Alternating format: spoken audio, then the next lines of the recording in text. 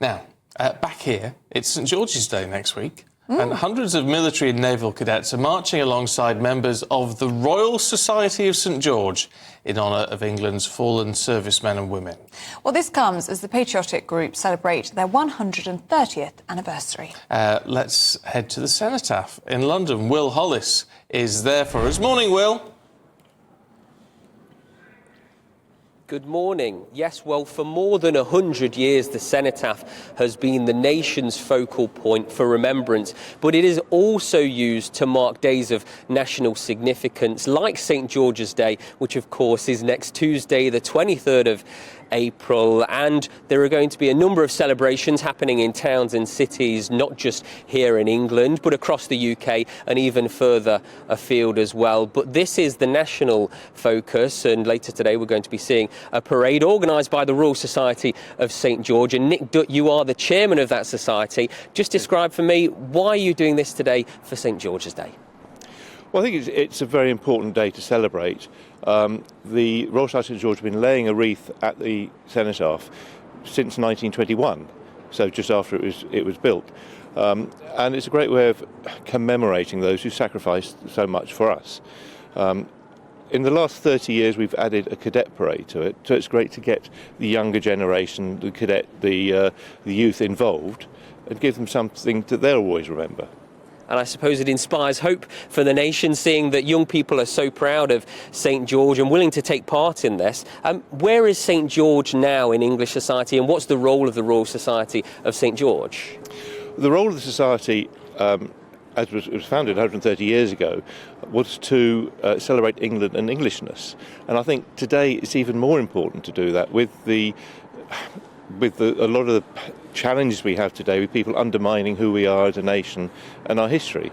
So we need to stand up and celebrate and use St George as a unifying figure, not a divisive figure. And I think there's too much divisiveness around. So how do we bring that together and celebrate who we are as a nation, our history, traditions and ideals? The Royal Society of St George, as I've been told, is non-political, open to all sorts of faiths and backgrounds. But when you say English values, Englishness and traditions, what is it that you're describing? Well, that is a challenging one. It's tolerance. It's belief in our country and our history. We are a nation that's very diverse. There's no true English people. Over the years, we've developed into a nation and have a proud history that we want to share and build on. Ahead of St George's Day, what do you want people to take away, as we do remember England's patron saint, somebody that's been the patron saint since as early as the 14th century, but his history goes back much further? It does. I mean, St George stands for valour, for what's the word? It's that unifying figure, that figure that we can all get behind and celebrate, and be proud of who we are. And that's something that we maybe need now more than ever, as you say? Absolutely. I think with the challenges we're facing, we need to look ahead together. How do we improve that patriotism? English patriotism has been conflated with nationalism, and that is a challenge for us. If you're a proud Welshman, Scotsman, Irishman, no one worries. But if you're a proud Englishman, people take a step back. So this is an attempt to step forward and say, no, we're English, we're proud of being English, and look to the future positively.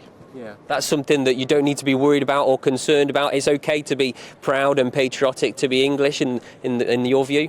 Absolutely. We've got a very proud history.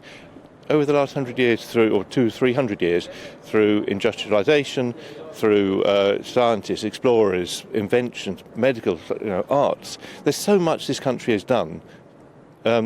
And we should celebrate that and remember that and look at it in a balanced way, I think. And as I just said a moment ago, it's not just here in London, it's not in places like Nottingham or around the rest of the country, it's also in different parts of the world, in places like Australia and America. Why do you think that people around the world want to celebrate our patron saint, not just here in London? Well, the society goes back over 250 years in America. And so there are lots of people who have links to this country and want to celebrate that and remember that. Like a lot of expats, I think you tend to be more proud of your home country when you're overseas. But I think it's important to try and remember it here. We've got a lot of branches in the UK, They're having events all around the country at the moment. Bolton branch had a big event yesterday. On Monday, the City of London branch are having a big event in Guildhall. So it is alive and well. It is struggling in some places, but it's something we want to turn around and really build on and then celebrate who we are and what we stand for. Nick Dutt, Chairman of the Royal Society of St George, thank you very much. I know you've got a very busy day. There's going to be a moment of silence as well as wreath laying in just a few hours, as well as hundreds of Army and Naval cadets passing down Whitehall at the Cenotaph later today. Brilliant stuff. Will Hollis, good to see you this morning. Thank you very much indeed.